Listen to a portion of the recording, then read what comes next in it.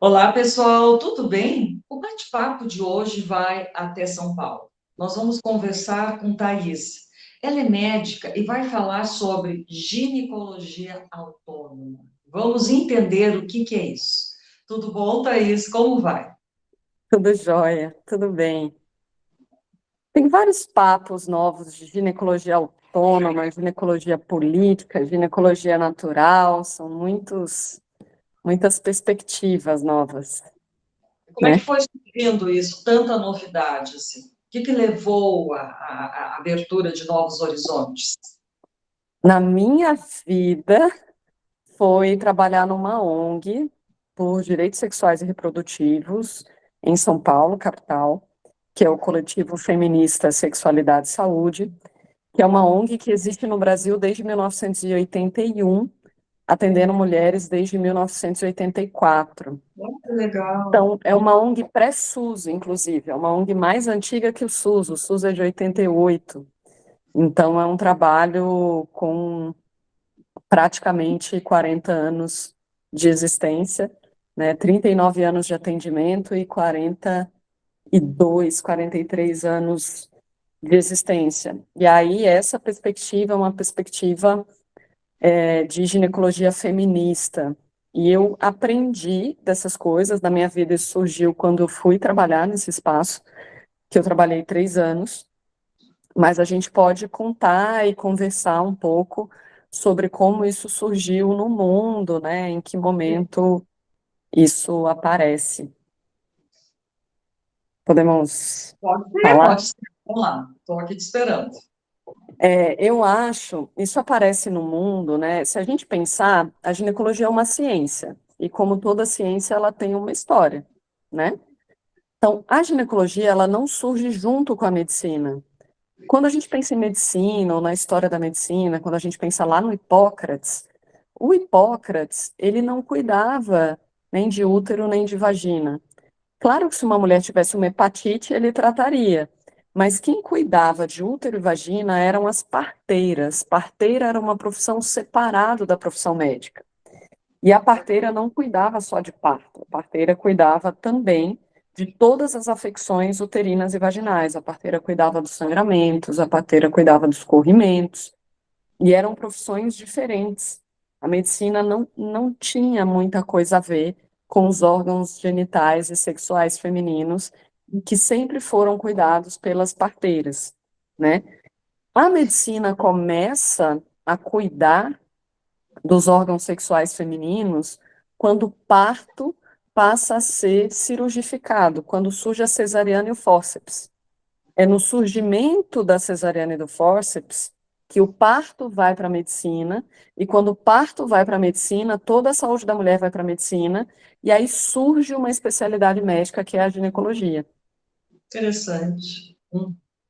A gente também tem que pensar que as especialidades médicas não existiam. Antigamente, o médico era médico de tudo, e era dentista, e era tudo. Né? Esse processo de especialização, ele vem pós-revolução industrial, né?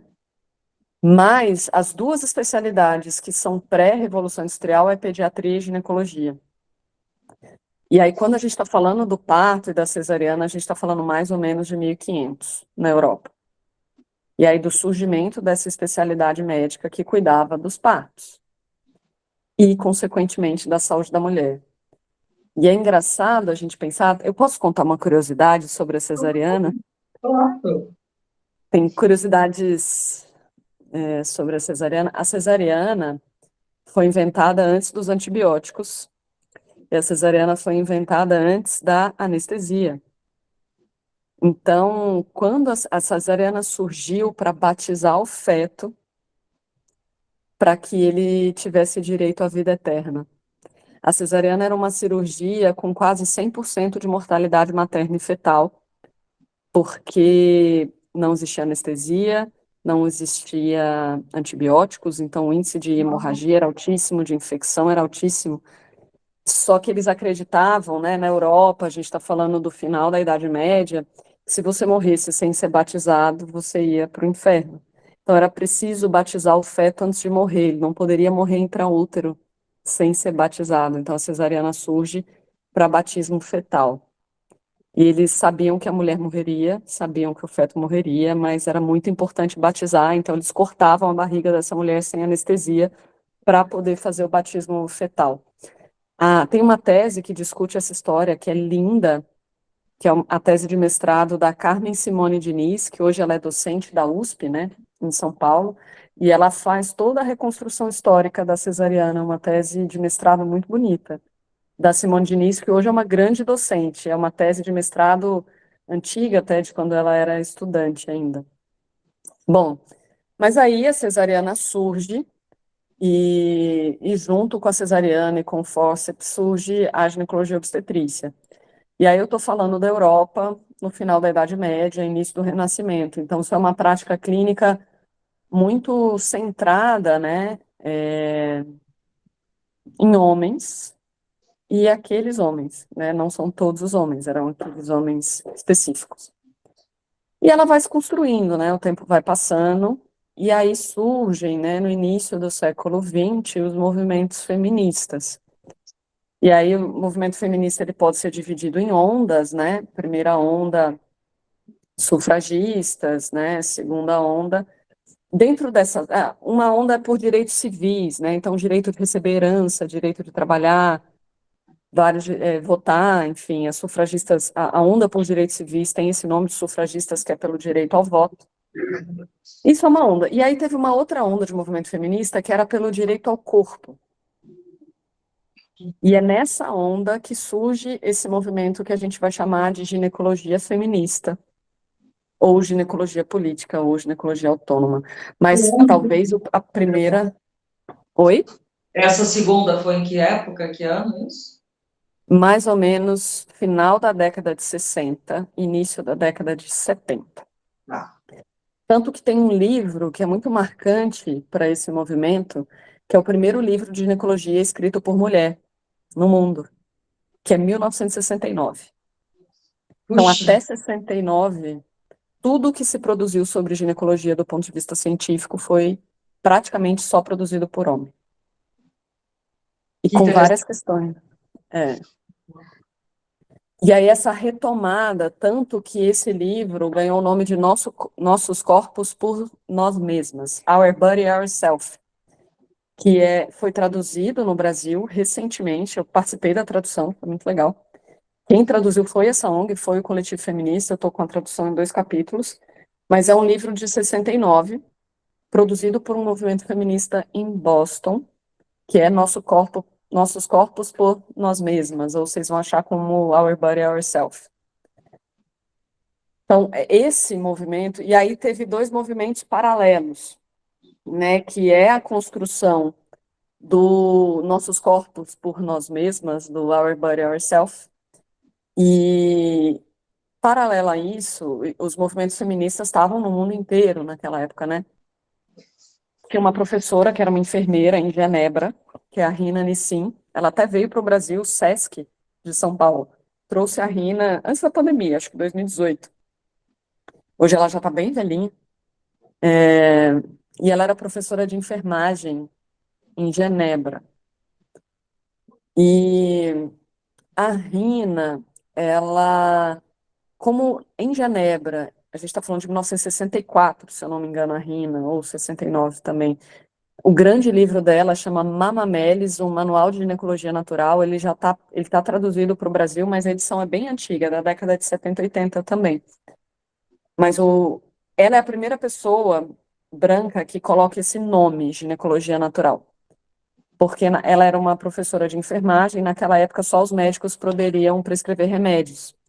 E ela fez um ambulatório de saúde da mulher, de enfermagem em saúde da mulher, com prescrição fitoterápica.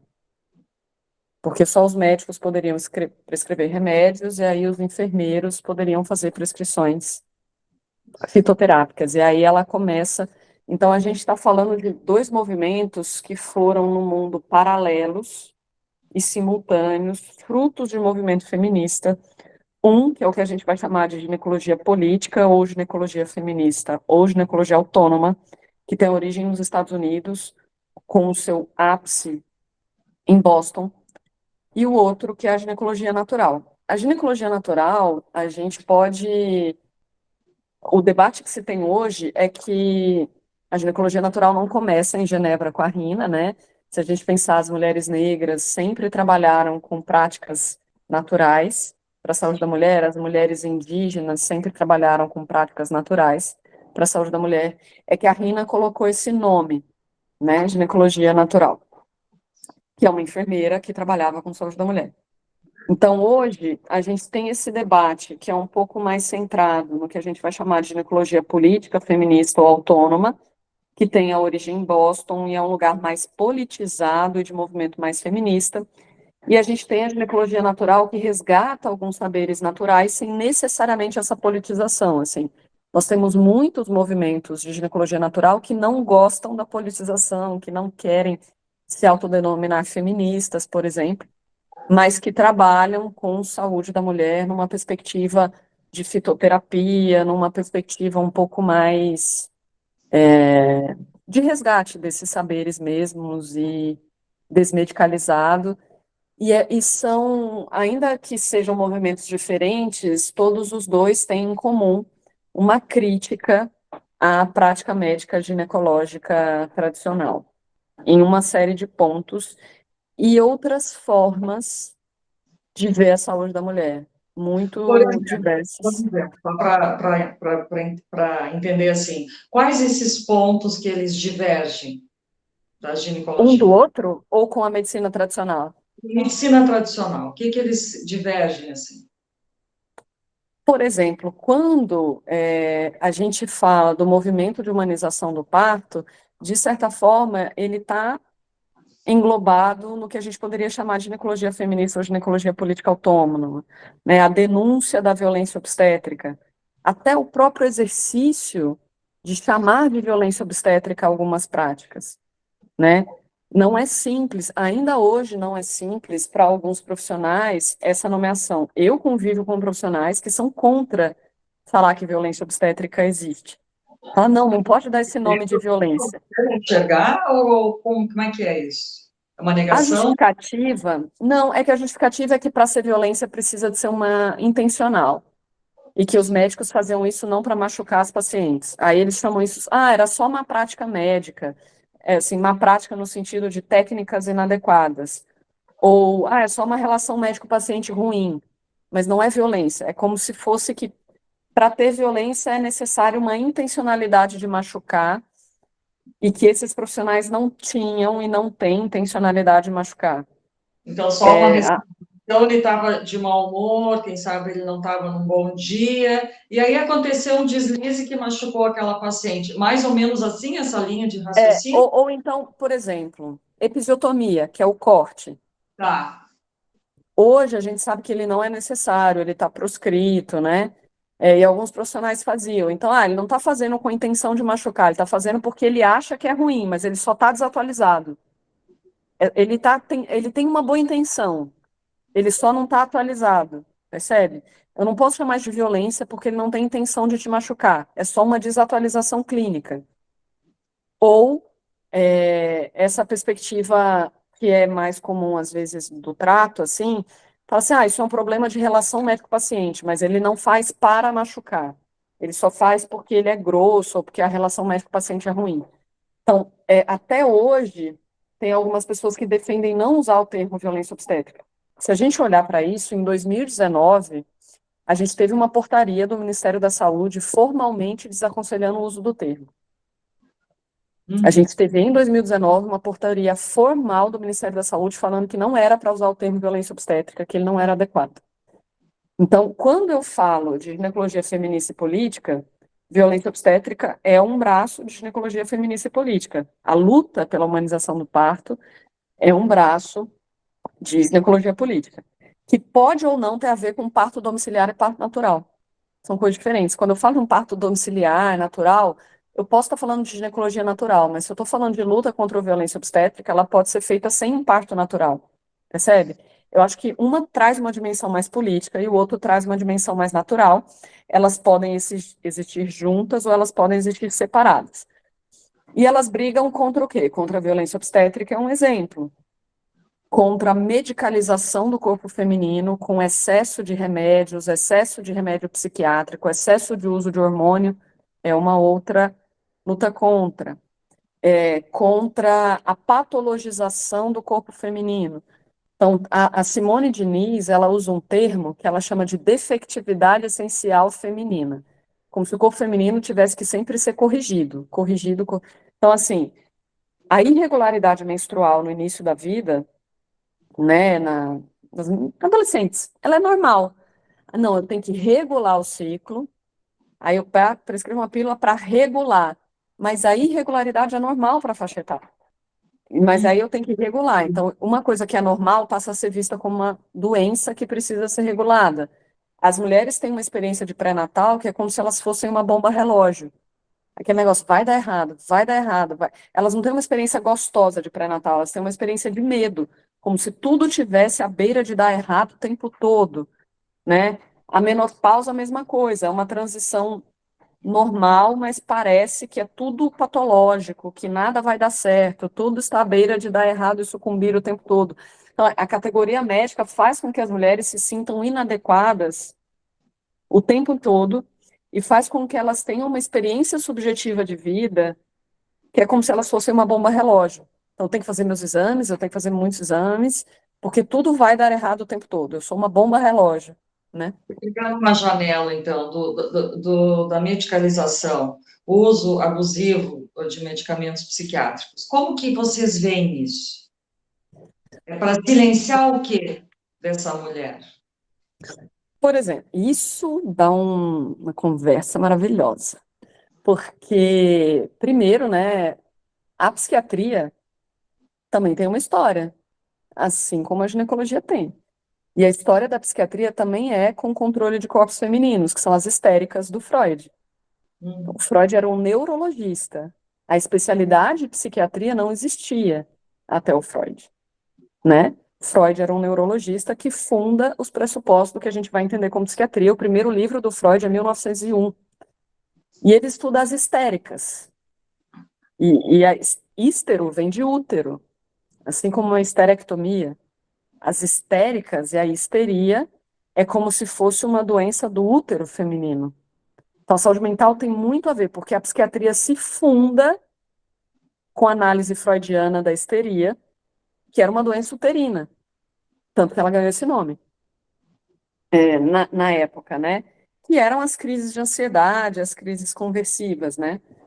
E aí a gente pode falar dessa medicalização em muitos níveis, né? Desde você medicar machismo, então a mulher sofre violência doméstica, deprime, aí ela ganha um antidepressivo, porque ela sofre violência doméstica, ou ela está absolutamente sobrecarregada da jornada tripla, de trabalhar, cuidar de casa, ter que ser boa mãe, cuidar do marido e cuidar de tudo, e aí ela desenvolve sintomas ansiosos, sintomas depressivos, que é óbvio, com a vida que ela leva, e aí eu vou medicar, né? Até uma perspectiva sobre ciclo, sobre TPM, né? Sobre essa ideia da loucura da TPM, da gente não entender a mulher numa perspectiva cíclica e de medicar todos os sintomas que têm outras raízes, tanto sociais, como a questão do machismo e de como é ser mulher numa sociedade machista que gera sintoma, quanto medicar questões que são biológicas, como uma TPM. Eu gosto muito, quando a gente fala de ginecologia, eu posso dar um exemplo prático para ficar legal, Tá. que é como a ginecologia natural vê a TPM, de uma perspectiva de ginecologia natural. A gente tem receptores de hormônio no cérebro. Nosso cérebro tem receptores para hormônio. E as mulheres naturalmente variam seu hormônio. Então, eu ciclo, meus hormônios no início do ciclo é um, na ovulação é outro, na TPM é outro, isso vai variando. E o cérebro sempre sente as variações hormonais. E para nós mulheres, toda vez que eu estou com muito hormônio e eu caio hormônio, eu tenho um sintoma de saúde mental. Assim, eu estou com muito hormônio, ovulando, vou menstruar, essa queda a gente vai chamar de TPM. Eu estou gestante, estou com muito hormônio porque eu estou gestante. parir, essa placenta saiu, vai ter uma queda e a gente vai chamar do blues puerperal ou da depressão pós-parto. Tô com muito hormônio, tô aqui na minha vida fértil. Vou entrar na menopausa, que é um nível de hormônio mais baixo, essa transição do climatério, todos esses momentos que eu declino o hormônio, eu tenho sintomas em saúde mental, sempre, porque o cérebro tem receptores de hormônio. Mas o que que a gente conta, assim? A queda de hormônio, ela é como se fosse o álcool. É como se uma pessoa ficasse bêbada. Sabe quando a gente fala, ai, ligou pro ex porque tá bêbada? Uhum. Veja bem, não tem dentro de uma garrafa de cerveja vontade de ligar para ex. E eu entendo que talvez essa mulher não ligasse sóbria, mas o álcool, ele não dá o conteúdo do que a gente faz. Ele só fragiliza a censura e o que aparece é uma coisa que eu já Tinha. Já tinha. tá. Uhum. Ah, bate na mulher porque é alcoólatra. Não, senhor. Bate na mulher porque é machista. Eu posso tomar a quantidade de álcool que for, posso tomar um porre, posso tomar muitos vinhos, que eu te garanto que eu não bato em mulher nenhuma alcoolizada. A TPM, a depressão pós-parto e a menopausa estão nesse mesmo lugar para a ginecologia natural. A mulher chega assim, nossa, eu fico muito agressiva na minha TPM. Eu fico muito triste na minha TPM. Eu tenho vontade de me matar na minha TPM. O problema é o hormônio? Não. O problema é que a fragilidade hormonal faz emergir um conteúdo que você está reprimindo. E aí, o certo é eu te dar pílula para TPM, ou o certo é um antidepressivo ou uma psicoterapia. Percebe? Então, quando eu dou uma pílula para TPM, eu estou só aplainando essa fragilidade, mas eu não estou tratando do conteúdo. E a gente medicaliza tanto com antidepressivo quanto com pílula. O que as pessoas fazem na TPM é o que elas queriam fazer, mas se reprimem de fazer, assim como o que elas fazem uso de álcool. Então, uma pessoa que briga com o marido na TPM, acredite. Tanto que uma das práticas que a gente dá para TPM em ginecologia natural é ter um caderninho de TPM. Claro que alcoolizada não é bom conversar com ninguém, assim como de TPM não é bom conversar com ninguém. Então, o que que a gente fala? Tem um caderninho de TPM. Aí, nossa, eu tô com vontade de matar meu marido porque ele deixa a toalha em cima da cama. Aí você vai pegar o seu caderninho e fala assim: quero matar meu marido porque ele deixa a toalha em cima da cama. Na hora que você menstruar, que a menstruação passar, você vai abrir o seu caderninho, vai conversar com o seu marido, fala assim: marido, eu fico muito triste quando você deixa a toalha em cima da cama. Isso me incomoda muito. Eu posso não falar, mas no fundo, isso me incomoda muito. E como é Uhum. que você sabe que isso te incomoda muito? Porque na TPM aparece.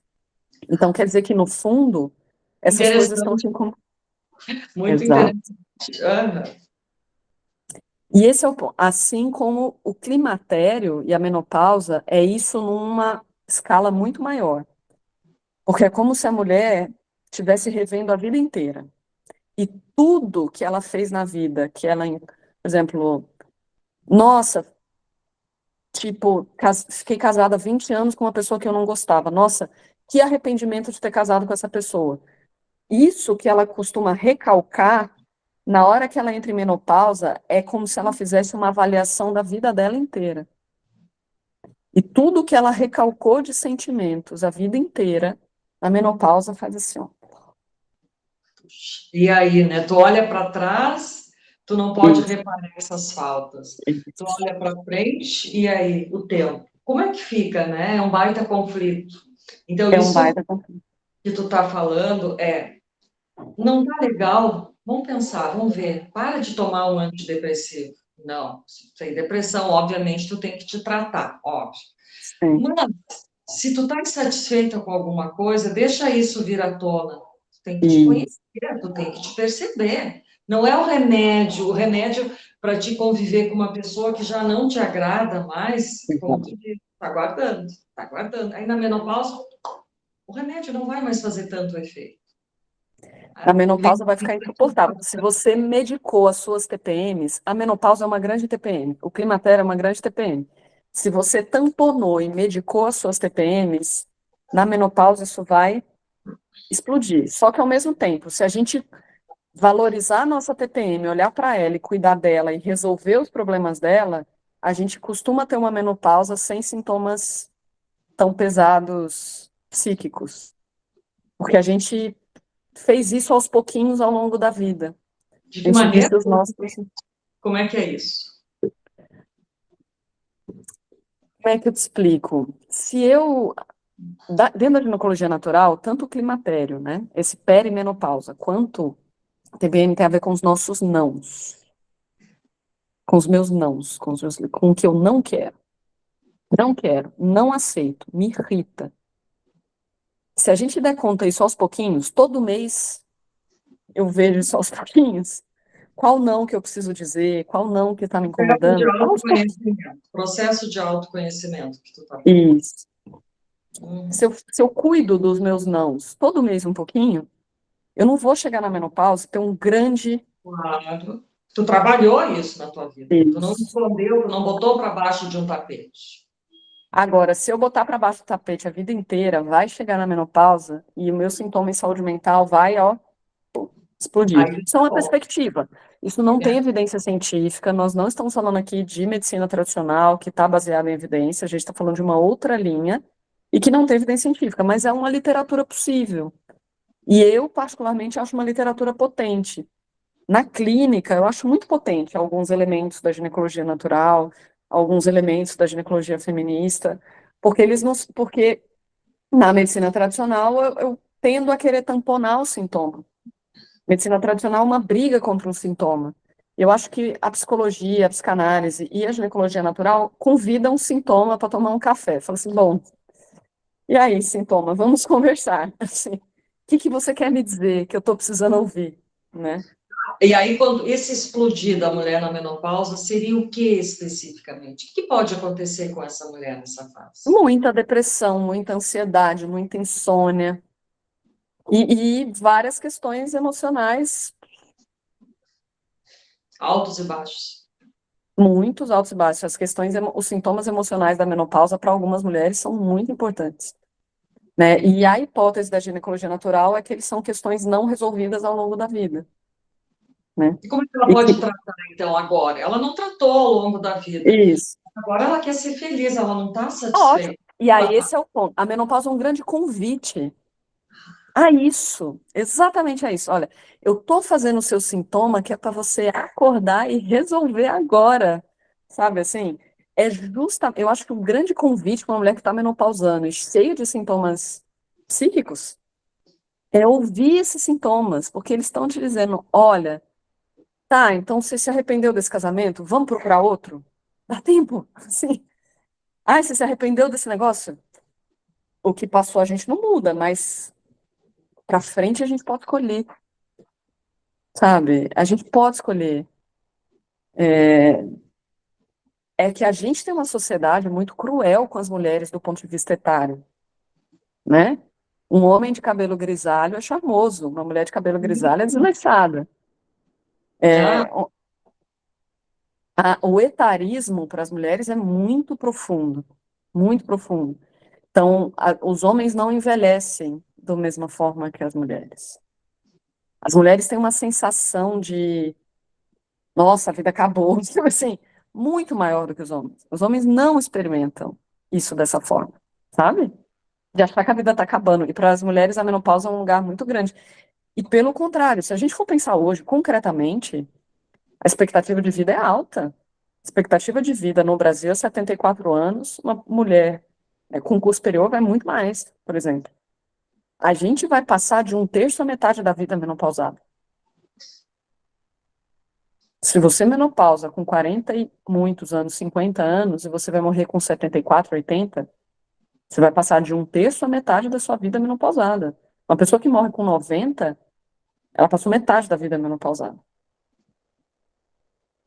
A gente não está falando do declínio da vida, a gente está falando da metade da sua vida. Que coisa, né? Olha que impactante isso, forte. Forte. A vida não está acabando. Ela chegou no ápice, que é o meio.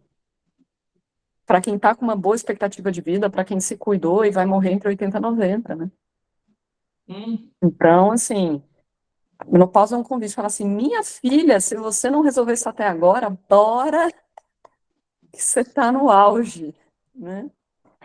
Então, é um convite, o sintoma é um convite. E o Qual sintoma físico é um convite para o corpo, e o sintoma psíquico é um convite para a mente. O sintoma físico é um convite para o corpo. Bora fazer atividade física para melhorar esse fogacho. Bora melhorar, porque e é o timing, assim, você está com 50 anos. Gente, se você passar dos 50 para fazer atividade física, o benefício dela a longo prazo vai ser menor. Você está no último, não no último resquício, mas assim, claro que começar atividade física em qualquer momento da vida é bom.